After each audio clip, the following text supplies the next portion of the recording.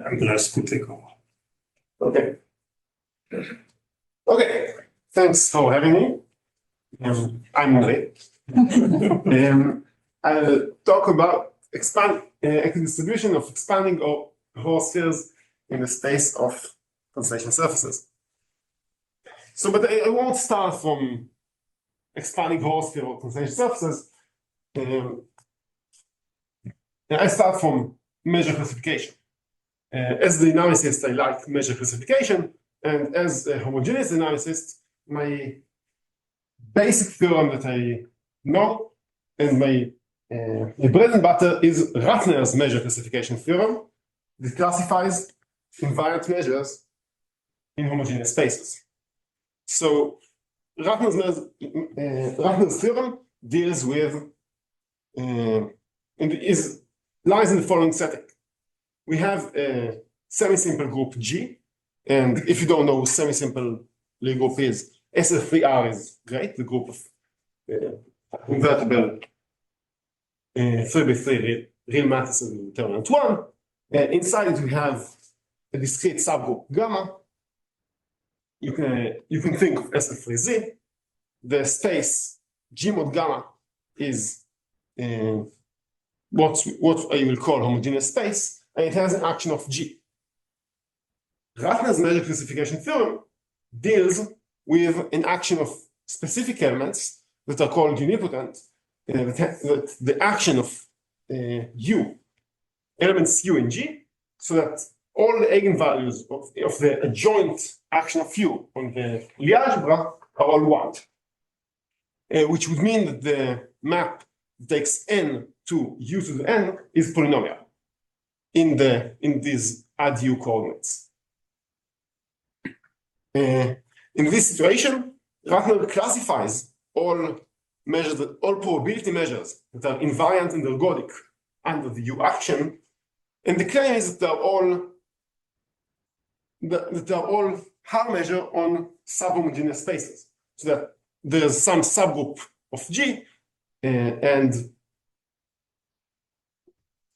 some subgroup of G and a periodic orbit of this subgroup, so that the measure is Lebesgue on this submanifold. This talk is not about homogeneous spaces, but in a non-homogeneous setting. And the non-homogeneous setting I want to tell you about is the space of translation surfaces, as the title suggests. What is a translation surface? So a translation surface is obtained by taking some polynomial, say an octagon, and gluing all its edges in a parallel way. So we glue the yellow to the yellow, the green to the green, blue to the blue, teal to the teal, in a parallel way. Those edges are all parallel. And we obtain a surface in this setting.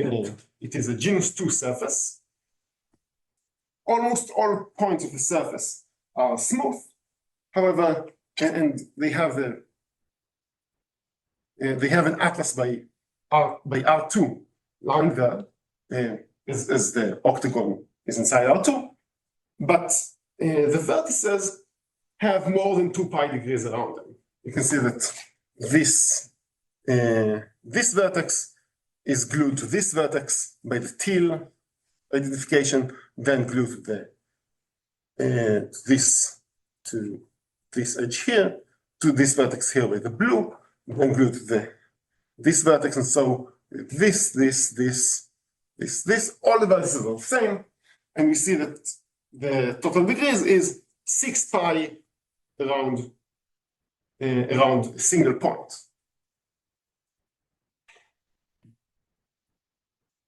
So this is a translation surface. One or two translation surfaces the same, then they're the same if we can take the polygon and cut it and glue it together.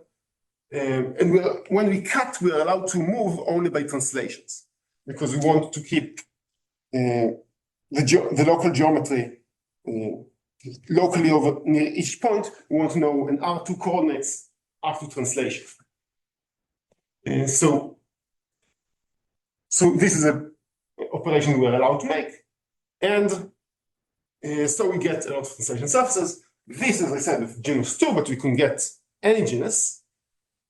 And we collect all the translation surfaces of genus G in a space that's called HG. For this talk, you should think of this HG as a manifold, though maybe orbifold is more accurate, or that I don't want to get into. For this talk, it's a manifold. So,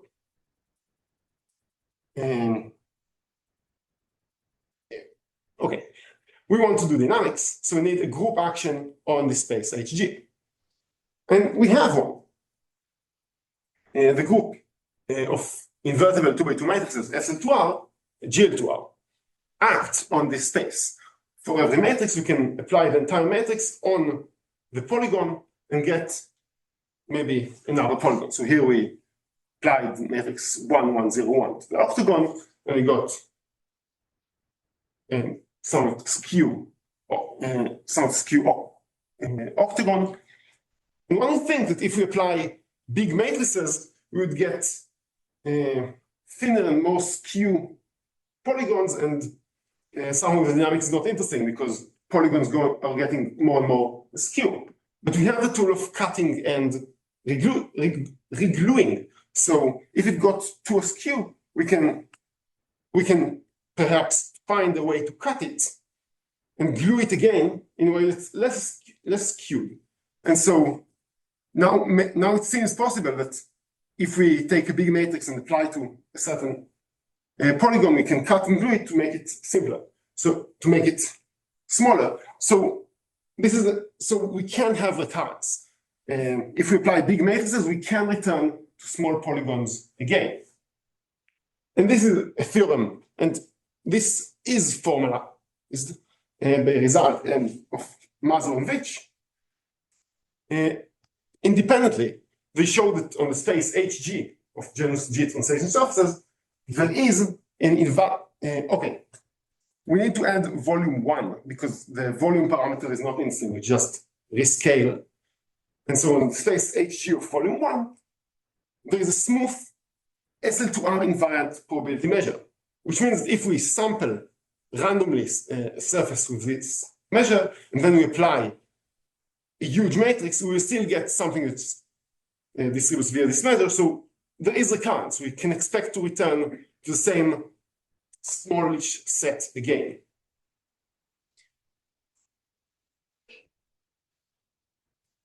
So now we can ask all the questions we like. What are the invariant measures on this space? And we have an amazing theorem by Alex Eskin here and Mirzakhani. This states the following measure classification theorem. We studied the group B of upper triangular matrices inside SL2R, and they state that all B invariant and ergodic probability measures on our space HG, genus 1 translation surfaces, are smooth on certain submanifolds. And are first SL2R invariant and smooth on certain submanifolds. So there is a collection of submanifolds of this space HG1, so that for every submanifold there is a unique probability measure MM on this submanifold, so that and those are the only probability B invariant ergodic probability measures. You wrote now varieties, is it manifolds? Is it variety? Are they algebraic? Are they algebraic? Yeah. I think they are, but it's not, they didn't show that. If Simon and Philip show that. Yeah. Yeah, Simon and Philip show that it's not. Yeah, I don't want to study the algebraic structure in any capacity. I won't talk about this at all. For me, manifold and subvarieties is the same thing. For this talk. Okay. And here we study B invariant measures, and they got a result which is very similar to Ratner's theorem. All invariant and the periodic measures are smooth on certain subvarieties, submanifolds. Okay. Another result, it's maybe consequent, but the year is earlier because of publication years, states the following. For every point x, we can take a little piece of unipotent of length 1, u of, I should write bigger, u of 0, 1 of x. And that's the xus here. Then we can choose t randomly from 0 to t and apply to our small unipotent orbit a large diagonal. And we get a large surface that's getting larger and larger. Together with Muhammadi, Eskin and Mirzakhani showed that this shape equidistributes inside the minimal manifold containing x. Now, the limit of this measure is B invariant. It's GT invariant because we apply GT, so it will only move in this direction in a very small amount compared to this to t. And it's U invariant because most of those expanded unipotents are very long. And so the unipotent will shear them in a very small way compared to their length. This limit is B invariant, so you would think it follows from Eskin and Mirzakhani's theorem, but this limit is not necessarily ergodic, and so it may give positive mass to some manifolds of M. And with Muhammadi, they excluded this possibility. So you meant the average over t, I suppose? Yes, we average over little t. Yes, this integral from 0 to t. 1 over t, you're right. Yeah. Okay. But this is there's an unsatisfying point here that Ratner used only unipotent matrices. And here, the invariance is, for this to work, we need B invariant matrices. We need them also the diagonal matrix. I need to show you those US and GT. For their energy classification theorem, we need not only measures invariance to the unipotent matrix, but also to GT, so that we get the entire B. So that's somewhat unsatisfying, and one can ask, what happens if we're only interested in the U, action?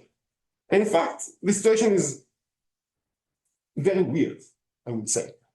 So John Chaika, Osama Khalil, and Barak Weiss showed that there are closed sets that are closed invariant sets and even orbit closures of non-integral dimensions. So that certainly not manifolds. There are some fractals. And from the measure perspective, they show that there are orbits that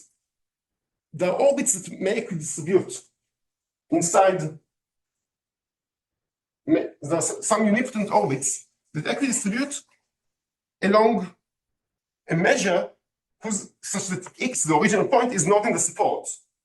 This is another phenomenon that doesn't happen in homogeneous dynamics, and is weird for me. Yes. This result is with John Smiley and Barak. This? Yeah. It's not Khalil. It's Smiley. We have a related result with him. Okay. Sorry. Okay.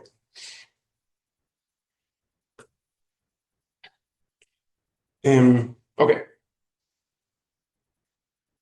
So, what do we know about? Okay. Yes, there are U invariant measures that are not that are GT invariant that are sorry. This is the pattern. There are there are measures mu that are U invariant but not G invariant. This is a possibility. However, all known examples are algebraic.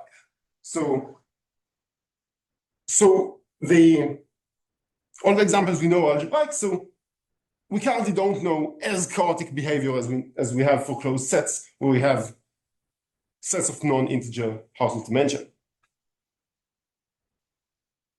And what do we know about those U invariant measures? Eskin and Mirzakhani and Mohammadi shows that if we integrate, we take mu, we push by GT and average the push, that would converge as t goes to infinity to some affine, to some smooth measure M. But what about individual GT? So Forni noticed that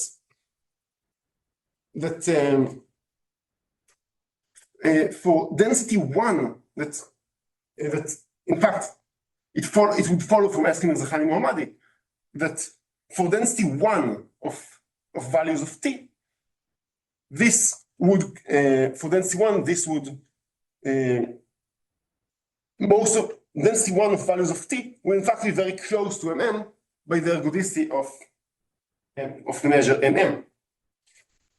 And Chaik and John and Usama show that in fact not only most of the time GT mu is close to this measure mm, but the deviations from mm are of bounded length. So if I draw here is mm, and so the orbit, this GT mu will most of the time will be here, but any time that it leaves, then the set of t's where it's epsilon away is of bounded length. Every excursion away from mm is of bounded length. What do you mean by that exactly? For every epsilon, for every neighborhood of mm, And what's the metric now? some weak star topology or Earth mover distance, where the minimal distance of an average joining, that's my favorite metric. Then the set of points where t leaves can be is a union of bounded intervals, where the measure is away from mm is a union of intervals of bounded length. Not the points, the times. Derivatives. The times t, where this is more than epsilon far from this, are of bounded length. And today I want to talk to you about a new work in progress, where I show that in fact those excursions do not exist, and we have a convergence to mm. And even in the expanding horosphere situation, if we take a horosphere and you look expand it by GT, those expanded horospheres would equidistribute along mm, where m is the minimal. Where's the topological behavior bad here? In this picture? The counterexamples of Chaik and Smiley.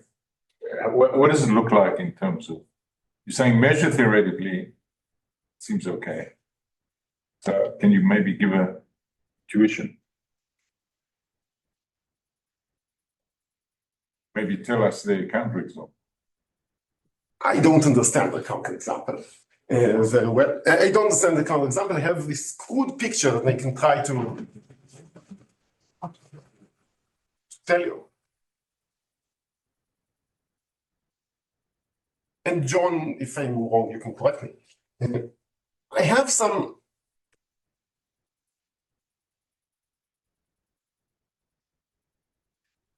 maybe keep that question for later. We'll discuss very close details later in the. Just one more comment. This theorem should have a capital T. It's not yet written. I use the convention that when I'm not, if it's not later, I small t. Okay. Actually, Mumford, who introduced the theorem with a little t, still writing it up. Work in progress. Okay. Modular all count. I want to talk about one application of this, one new application of this theorem inspired by by a paper of Eskin and Mirzakhani from 2001. Is that a pentagon? That's a pentagon, not a regular pentagon. Oh, okay. That discusses in billiards with rational angles. So suppose we have a polygon, a polygonal billiard table, so that the angles are rational, then the angles are rational, and we have some holes in our table, and we have a ball inside.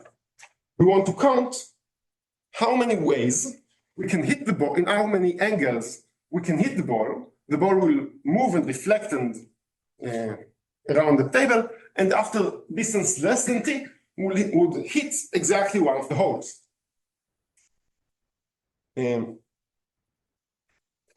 This corollary states that the number of angles we can hit it will be c plus literal of 1 times t squared. So asymptotic t squared is somewhat to be expected.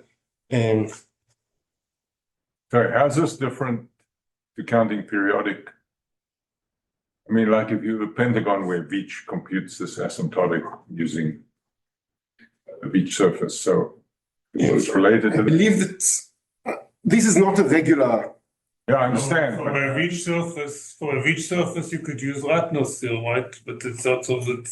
Veach surface correspond to some orbit in the. No, the Veach surface, the counting of what he was doing uses Selberg's Eisenstadt series. Yeah, it's even earlier result, but and yet this would correspond to some point in some HG that we want to. This surface would correspond to some. This billiard table would correspond to some surface in HG. And the question is, can you prove a similar equidistribution theorem for this surface that's coming from the billiard table? There are certain surfaces where the orbit closure is very simple, and so you can compute. You can prove the equidistribution result you want via simple theorems, and what I say. If it's a quotient of SL2R, as in the Veach surface case, then I guess. No, but even in that case, it's not easy to compute. As far as I know, there isn't any other way, right, Alex? No, you can use equidistribution of spheres. But can you? You don't have to. Alex, the t squared, maybe not with the remainder. You don't get the remainder. But Oh, yes. But sorry, just to conclude this, is this analog for periodic orbits known or not?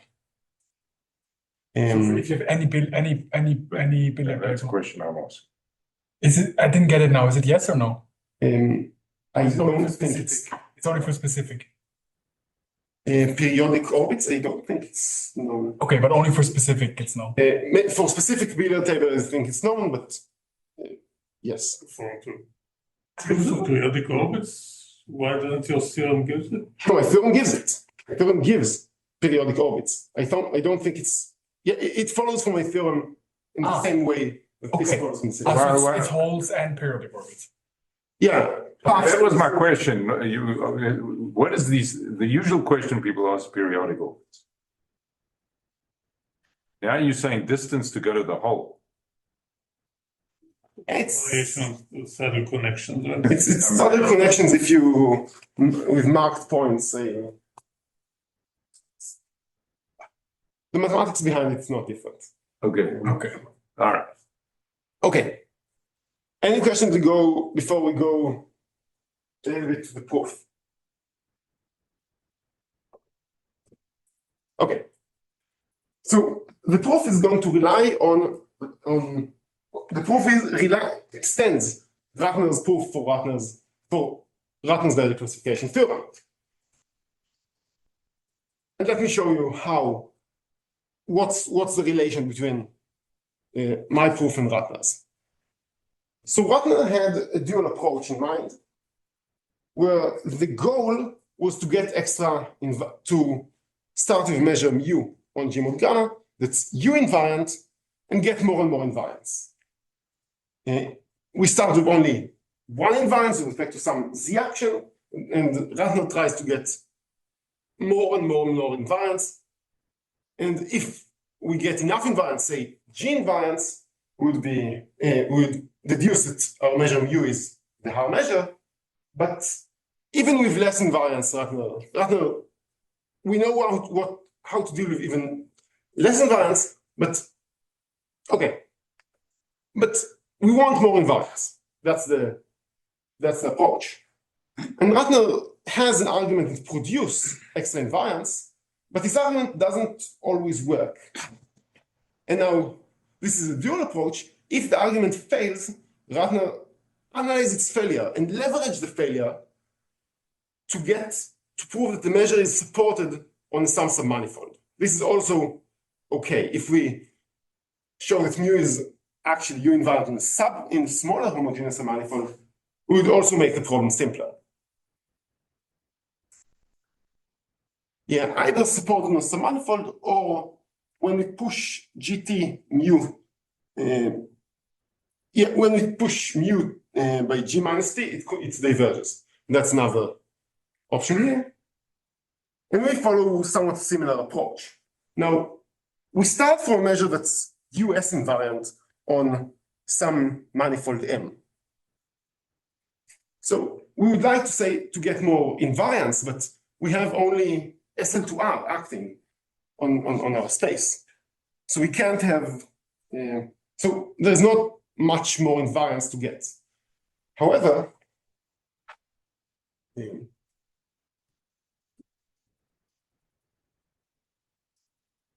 along the action, the expanding directions and contracting directions, I won't draw them. What we'll try to do is find some foliation, instead of invariance, we'll find some foliation of the expanding direction and try to prove that along those foliation, the measure is Lebesgue. And if we prove, and this will be our replacement for invariance, and then call it invariance under, even though it's not strictly speaking invariance, we'll call it invariance in the foliation direction. So the first step is obtain expanding and unstable expanding directions is all the directions that when we move the dynamics back, they contract to zero, and stable are all the directions that when we move back by GT, they don't expand. So we want to get more and more invariance in directions which are expanding or unstable. Now, we can also fail, as Ratner's argument may fail our argument. Okay, so before failure, what if we succeed? If we get enough invariance, we get GT invariance. And GT invariance means we have both US invariance and GT invariance. We can use Eskin and Mirzakhani and classify and say that the measure is MM.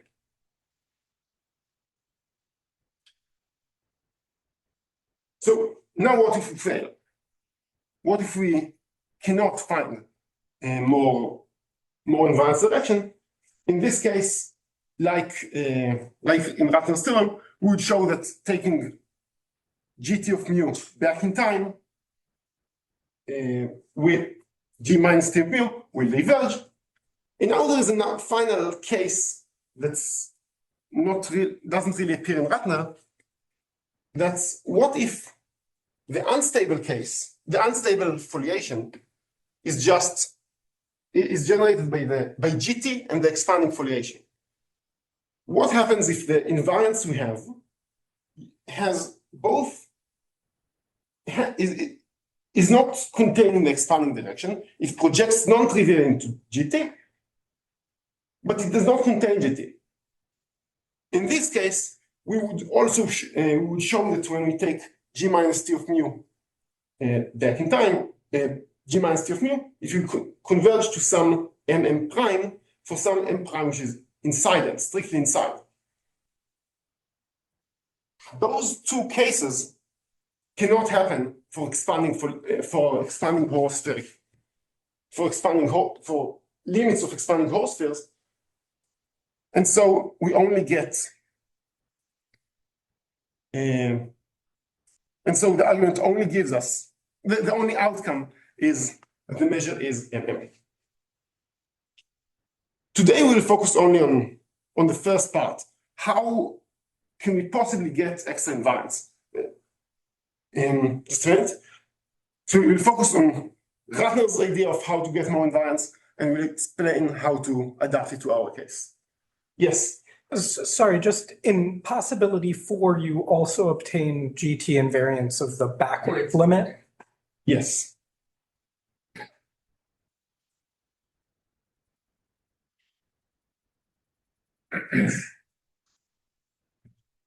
So today we'll not talk about these options at all. We'll only talk about how to get more invariance in Ratner and how in the homogeneous setting, and how to get more invariance in our setting. The argument that produced more invariance is called polynomial drift.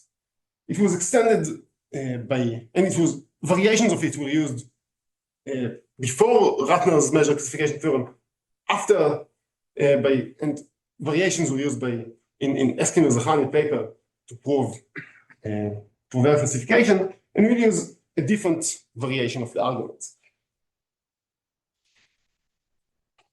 So to introduce the argument in the simplest possible case in the homogeneous setting, we work in the setting where we have SL2R mod gamma. We have a quotient of SL2R, and in it a measure that's invariant to U1, to the omnipotent matrix U1. And our goal would be to show that mu is either har or supported on a closed orbit. If we show that it's har on SL2R mod gamma, then we'll finish. If we show that it's supported on closed orbit, then closed US orbits are circles, and classifying invariant measures on circles is easy. Okay. The main tool that we use will be Birkhoff's ergodic theorem. That states that for mu almost every x, if we take the orbit, the n-step orbit of x, it equidistributes along the measure. So if I have a space, we have n-step orbit, and for most points, the n-step orbit equidistributes along mu. Points x that satisfy this condition are called generic. And most points are generic, the name makes sense. How the polynomial drift argument works. What's going on? I thought that was on purpose. No. Nice. Okay, ignore this quickly. Okay. Does it happen on my computer? No. Okay, I don't know why it happens. So we have a point P and a point Q and we draw the orbit along P and Q. And we have the P orbit in black, the Q orbit in red, and we see that they start to drift. As in the picture, they start to drift. I draw it like that. In the beginning, they're very close, but as n progresses, I say that they get further apart. Now, if we look at the end of the orbit, or the end of the pieces, then still the black parts equidistribute via mu, the red parts equidistribute via mu, and they differ by the drift. And if this drift was constant and so the black part is mu, the red part is mu, but they differ, that mu differ from mu by the blue arrows, by the drift. And that implies that mu is invariant to the drift. So you should read everything with almost. The black part is almost mu, the red part is almost mu, and so mu is almost invariant to the drift. When we take certain parameters to zero, we'll get actual invariance. This is the idea, and let's try to actually write this in SL2R and see that we get a drift and we get extra invariance. And yes, for this to work, we need those blue arrows to be the same, to be multiplication by the same, by close to the same matrix. If they somehow explode and some drifts are large and some drifts are small, we'll get nothing. So let's do it in SL2R. We start with two close generic points that are, oh no, this picture is ruined. I hope this painting technology is not ruined. Okay. We start from 2 points P and Q that are close. So inside SL2R mod gamma, they can be related by a small matrix. And we want to compute how the orbits drift. So we have a computation. Let's follow it slowly. U and Q is just UN times ABCD times P. Now, between the ABCD and P, I can add U minus and UN. And so in the middle, we got a conjugation of ABCD. And here is an explicit, I wrote the conjugation. So, and so we got how U and Q is related to U and P. And this is by this polynomial matrix in N. And since this is a polynomial, it's called polynomial drift. So when does this start being significant? When this drift starts being big? For which N this drift is big? So the diagonal starts being, so A is close to 1, D is close to 1. So the diagonal starts being far from 1 when N is roughly 1 over C. And when N is of order of magnitude 1 over C, the diagonal deviates from 1. What about the 1, 2 coordinate? Then we have here a polynomial. A polynomial B is very small. So the polynomial starts being big when either N times D minus A is big, which happens when N is roughly 1 over D minus A, or when N squared C is big, which happens when N is roughly 1 over square root C. So this happens when N is roughly 1 over square root C. At most when N is 1 over square root C, which is much earlier than when N is 1 over C. So the first deviation would start at the 1, 2 coordinates.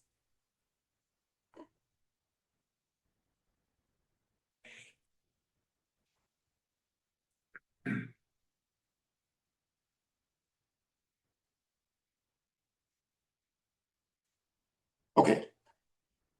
So actually, there may be a possibility there's no deviation. What if this is a constant polynomial, which means that D minus A0, which means first C is 0, and D equals A, which means that ABCD is an upper triangular matrix with A and D close to 1 and equal, which means A and D are 1, then the polynomial would be 0. However, in this case, we got that there are two generic points, P and Q, are related by unipotent elements. If all pairs of close generic points are related by unipotent element, that means that the measure is supported on a closed orbit. Now, if this does not happen, I want to show that we get US invariant in the US direction for every S. How do we do that? So just before that, we have U1 invariance only under the Z action. Now we want to get invariance under the US action, which is a larger S. It's the real unipotent, not only the integer unipotent. So we take n to be the maximal value such that b times, so that this polynomial is less than s. For this n, for little n between 1 minus epsilon n to n, since this is a polynomial, and in the end it obtains s, polynomials don't change too quickly, we obtain that this polynomial will be close to s for all these values of n. And we'll deduce that the measure, and so we get in this picture, those drifts are all close to US. So the measure is US invariant. So that is how, so this is how we computed the drift, and we saw that since it expands polynomially, it behaves well, and we can get extra invariance. So here we only showed how to leverage U1 invariance to US invariance, integer unipotent to real unipotent. Same ideas can leverage real unipotent to the real unipotent to get diagonal invariance, and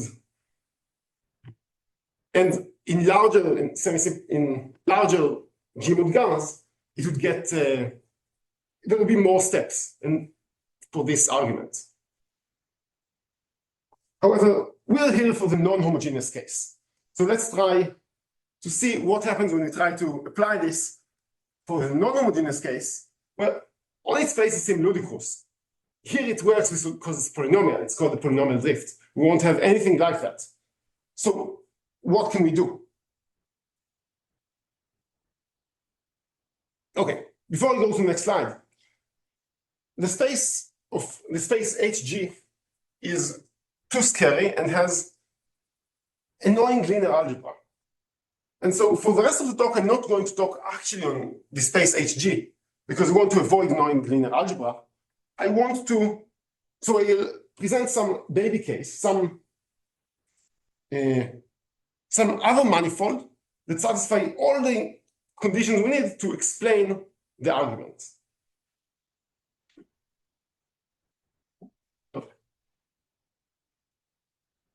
M, we'll call it M. So what conditions do we need on a manifold to make the drift work? Or to see the failure of the polynomial drift and then to fix it. So suppose M is a 5-dimensional manifold. And suppose that with an action of SL2R. Since it has an action of SL2R, at the tangent space, we have the tangent space of the manifold, and inside them the tangent space of the acting group, which is SL2R. So inside the tangent space of M, we have the tangent space of SL2R, and the Lie group, the Lie algebra SL2R. And we assume there is a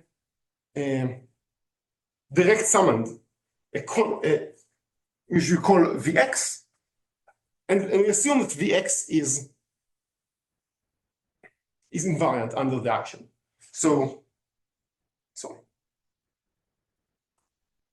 we assume that Vx is invariant under the action, and we get the Tm decomposes as the acting direction and some transversal direction.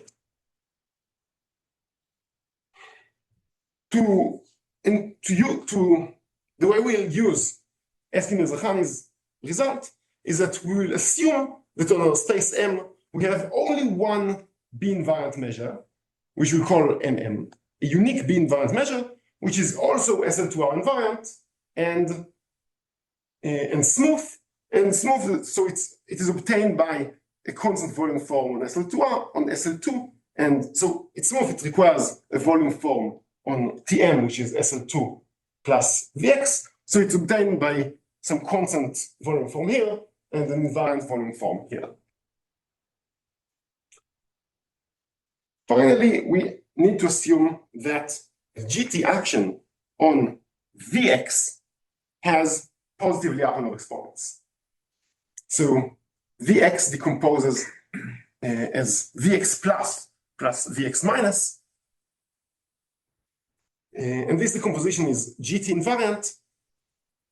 And there are Lyapunov exponents, which satisfy that for every vector in Vx plus minus, the size of the vector, GT expands the vector by e to the plus minus lambda t, but there is a little of one here that I'm going to assume.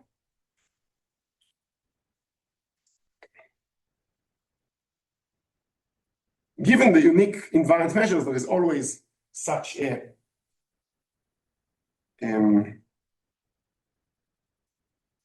always.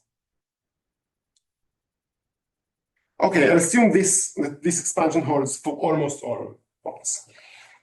And the goal will be to use some drift argument to show that every US invariant measure is in fact MM.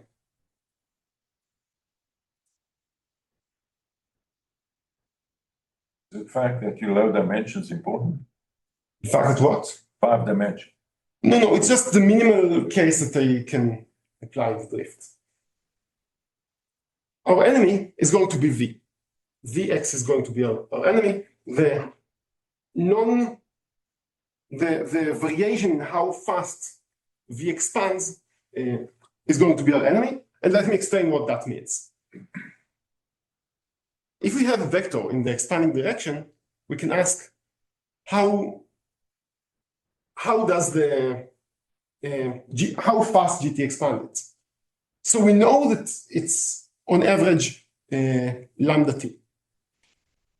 However, I want some almost sure answer which is not lambda t. So what do I want to claim that if we assume some heuristics, we should get here lambda t plus O of square root t.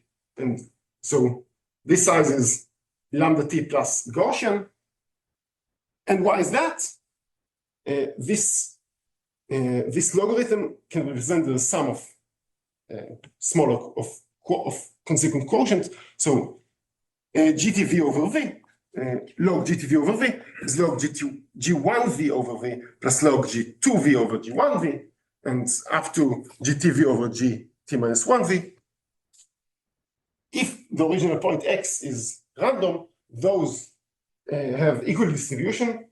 And if we assume that they are somehow that far apart they are independent, we would get a Gaussian result. This is just heuristics, but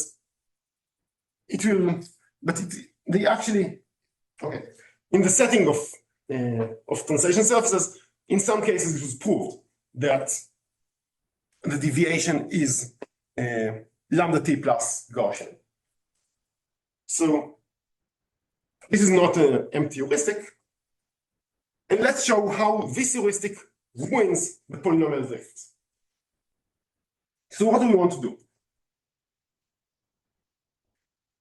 We start from a mu, which is U invariant, and our first attempt in the polynomial drift would be to get invariance in the V plus direction. We want to get this extra invariance.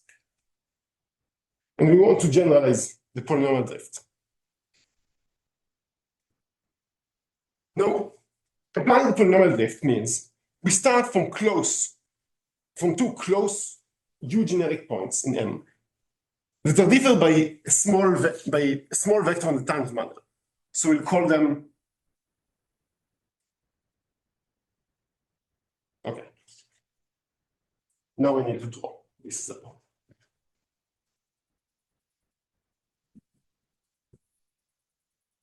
We start from two generic points P and Q. So this is Q, maybe it's not this is P, this is Q, and they differ, maybe one difference by a vector V. Now, and now we're going to compute the drift between the U orbit from P and the U orbit at Q. The U orbits are of size e to the t. So let me draw the orbits. We have some orbit at P, some orbit at Q, and we want to compute the drifts. Specifically, we want to compute the drift at U of e to the t s, at U of e to the t s times t, and you get a vector which is U of e to the t s times v, drift. So, as we see, we can decompose U of e to the ts is decompose the product of matrices gt, us, g minus t, which in the picture, the gt action contracts the horospheric orbits. So if we have an orbit of size e to the t, here we apply g minus t, we get an orbit of size 1. So here, okay. So we want to compute this gt, us, g minus tv. So it starts with understanding g minus tv, then us, g minus tv, and then gt, us, g minus tv. So g minus tv we denote by v prime. This is v prime, and here we'll have u of s v prime, and this u of s v prime will be expanded by gt to this vector, to u e to the tsv. So we would have maybe this expansion. Now,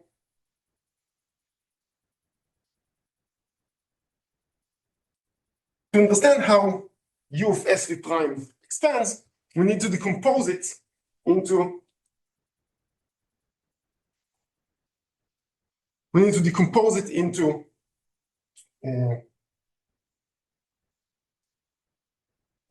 u of s v prime. We need to decompose it as the expanding part plus the contracting part.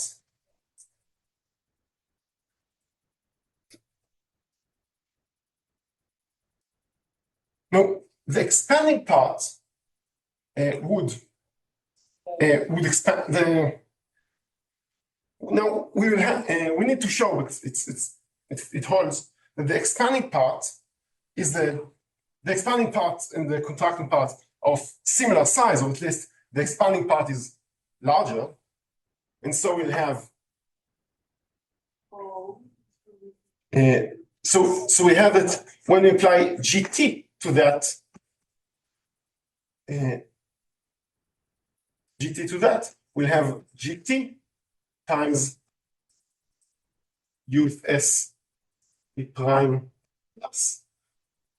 This expands at speed e to the t, e to the lambda t plus, okay, O of square root t. So we say that those deviations, so it's this times the size of V prime. Okay, we see that those deviations have a square root t, uncertainty in the size. They maybe there is square root t variation in the size, though they always point in the expanding direction. So the direction part of the argument holds, but the size completely fails. The size there is a square root t variation. The way we'll fix the size is by changing the space on which we act. Okay, sorry. The way we'll fix the size is by not taking all values of S, but somehow we'll condition on the subset of S's we take, and take only S's on which we have control over the expansion of the V plus component. The way we do that will be by changing the space we act on. So, okay.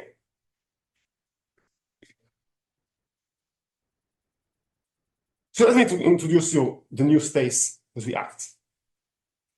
We start from the space F. F will be just the projectivization of V on M. And this space, since V is SL2R invariant, this space has the SL2R action. It has an SL2R action. Now,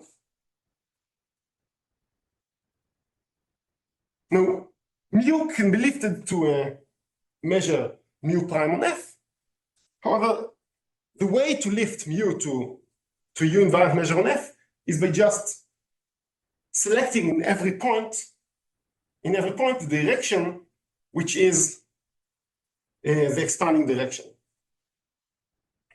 So mu prime is just the lifting to mu by selecting the expanding direction. But now comes the real space I want to introduce. The space is obtained by not taking the union over the spaces, over the union over the projectivization, but over the spaces themselves without zero. So we think of the length of the vector. We think of this in logarithmic coordinates. So we think of this as f times r, where r is log of the size of the vector. So this and this are different only by a bit, by a sign. And again, this has an SL2R action. On this space,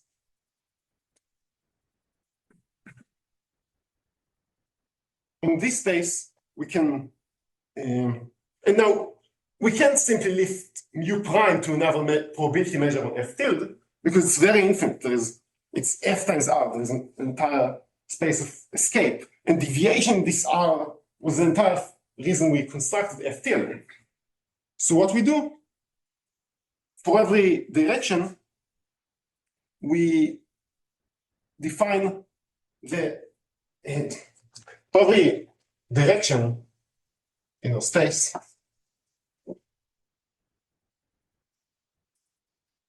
so this set is isomorphic to R star, and we put on it the Haar measure on R star here.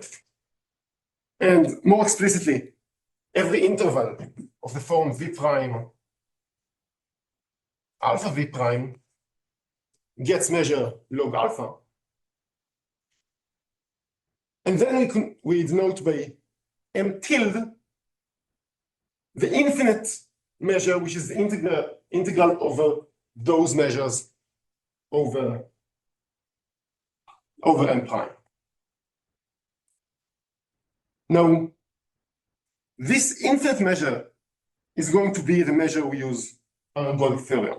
The measure we use the drift argument to prove that mu tilde is invariant. And more explicitly, we decompose mu tilde to US ergodic measures. Mu tilde is, while infinite, it still has an ergodic position. It can be decomposed as integrals of measures that are invariant and are not further decomposable.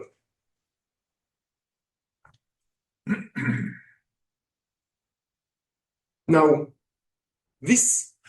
okay. So the first problem to applying the polynomial drift will be that Birkhoff's ergodic theory doesn't work because those ergodic components are likely infinite. Luckily, we have Hopf's rational ergodic theorem. Hopf's rational ergodic theorem states that it would state that in our possibly infinite measure here, this is F tilde. In our possibly infinite measure, for any set that we take, if we restrict our infinite measure u tilde x to this measure, and take almost every orbit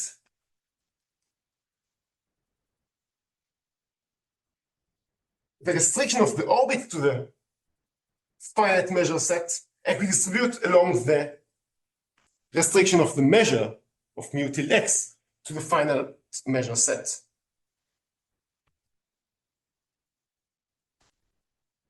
Now, when we'll try to apply the drift argument over this space F tilde and not over M, those red arrows that originally the size deviated between. So first returning to bounded sets near P. Return to bounded set near P will cover only a little, will be the part on which we return to, will be our conditional set S on which we have some control. And over this set, the red arrows won't have this Horospheres T randomness that we had before, because in our new space F tilde, sizes of vectors in the expanding directions are well behaved. Okay, that is the solution to the polynomial drift problem that we had. And on this space F, one can make the polynomial drift argument work. Thank you.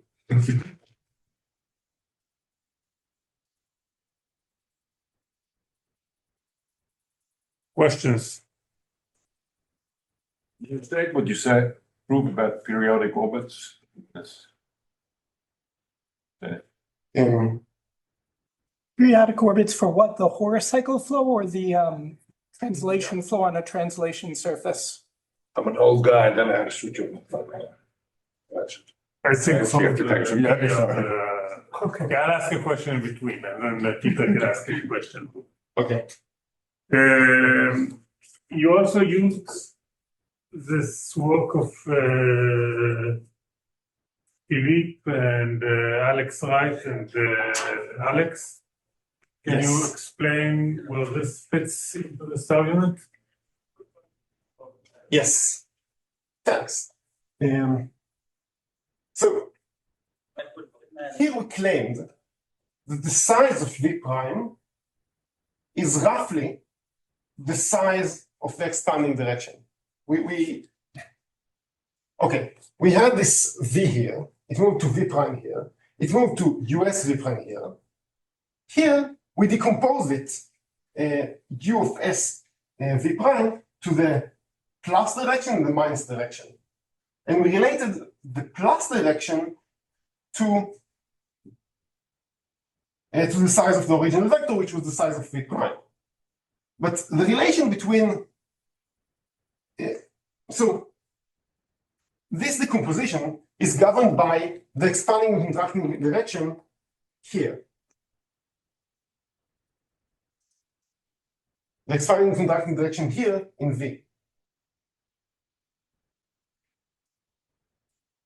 the V plus, the expanding direction is fixed along the horosphere, this horosphere, but the V minus direction changes. And the V minus direction is the important one, because if we want to show that a constant vector projects with almost its full size to the plus direction, we need to show it's not close to the minus direction.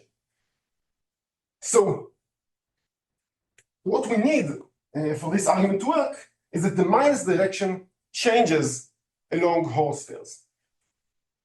And that, so in our baby case, it just follows from the apple of exponents and the uniqueness follows from the apple of exponents, but in general in HG, one would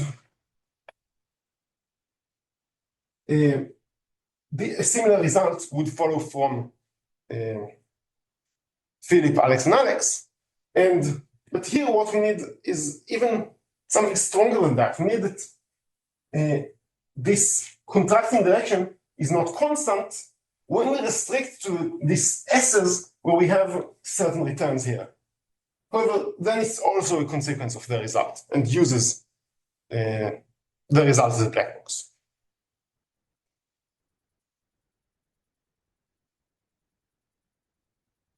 Do you want to ask your question or?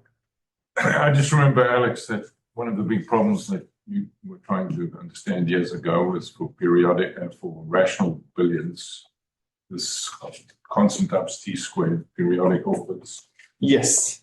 And it seems to me you're saying something new about it. Yes. Now, what I is think it's solved now. What? I think it's solved now.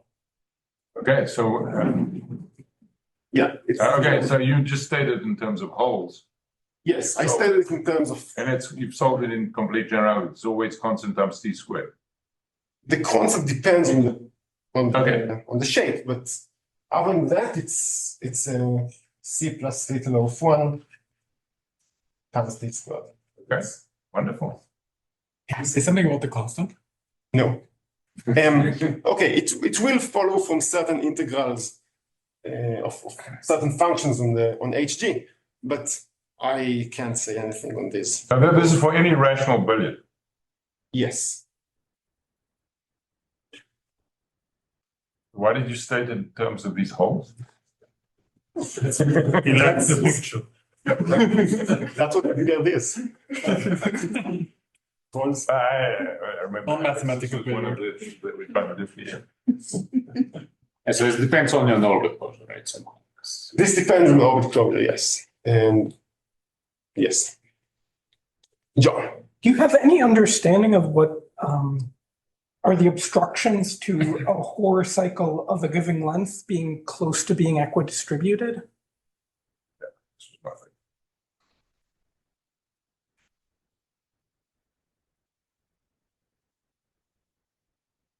Of a given size being close to. So Should I say a more precise question or? there is an ergodic argument. It's hard to push it to finite pieces. But if I just say it's really, really long, then it's almost a measure, almost an invariant measure. And in my understanding, the US orbits that are the U invariant orbit, the U invariant measures that are not M invariant, that are not SL2R invariant, can come in the following way. There are two reasons for them, and that's actually okay. And that's what I stated in this strategy section.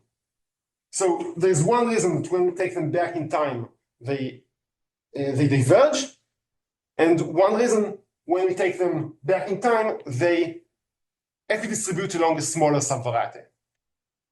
And those are the reasons that I can think of the obstructions of a US orbit not to equidistribute inside. So you think there's a chance that some statement like that follows from your work with the appropriate? Probably not so hard, right? It's probably just some kind of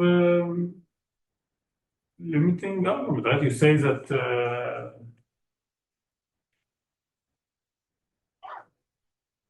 It's just this argument. I'm not sure if it follows directly from expanding horospheres, but I believe it follows from the argument as well. Yes.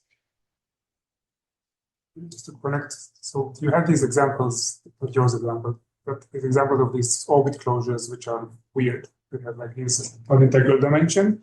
If you start from one of those points on such an orbit, and then you push it by the measure, you get by your results this like a nice limiting measure.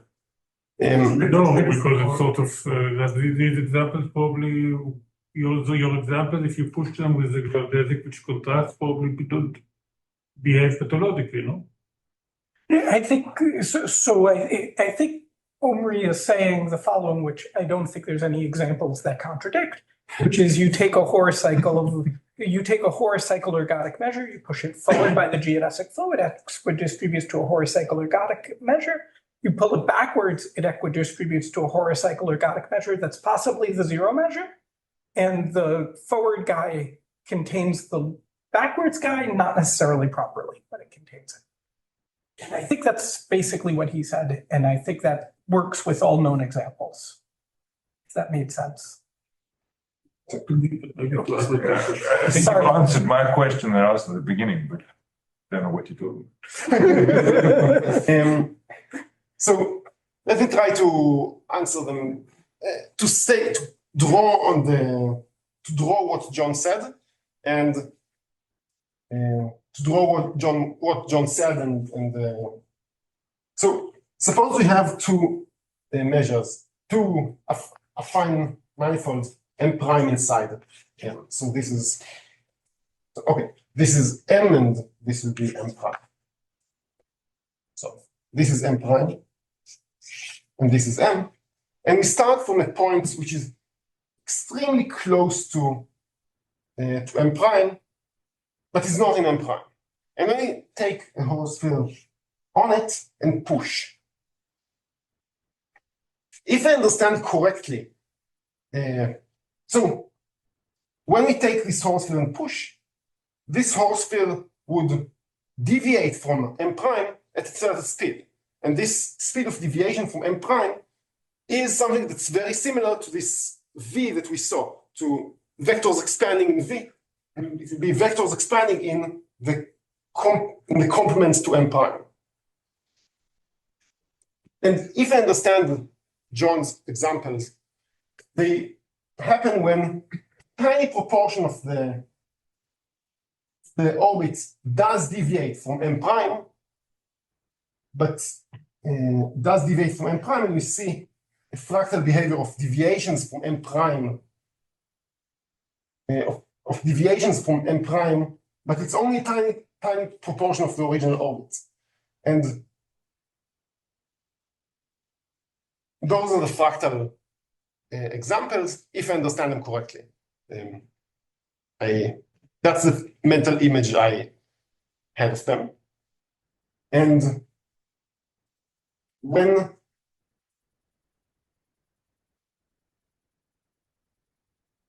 if somehow the deviation is fixed, was deviating a constant speed, then we'll actually get an invariant measure. But since we're deviating a constant speed, it seems more likely, and all the examples that and from what I know, the examples are algebraic, and so those deviated measures are algebraic if the deviation speed is constant, and those are the intermediate.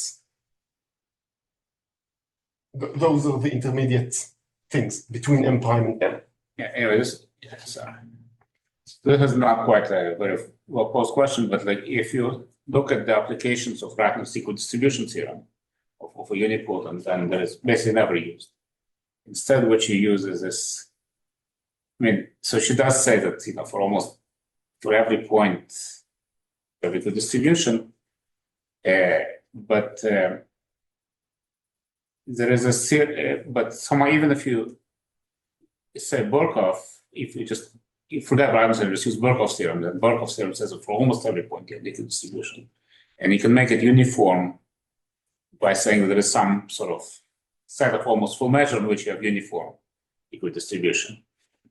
And now the Dani-Margulis theorem is essentially does that for unipotent law, but they explicitly give you a set of almost full measure. They tell you what it is. It's basically you have to avoid some lower orbit, lower dimensional thing. And I wonder if we how close can you get to some theorem like this in the setting? Because I think would solve all possible problems. Just try to find the formulation of the Dani-Margulis theorem, which is correct. I don't know. I don't know anything about that. So in your nice t-squared result there, if you want to prove a polynomial error term there, is this like maybe as analogously hard as proving like a polynomial error term in Oppenheim's conjecture or something like that? For what I know, yes. You need effective distribution, and that would give you here a polynomial L. And that's probably at the moment completely hopeless in this setting. Yes. Nothing is hopeless. People Not are thinking, people are definitely thinking about these things.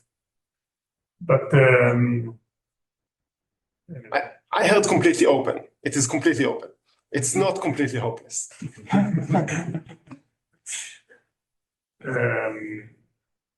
Probably we can continue asking questions all over dinner or coming days, but I have no idea what the plans are for dinner. So Yeah, so we made a reservation at Metro North. 6:30. At 6:30, yes. And you have a show of hands who would want to come. what time did you say? 6:30.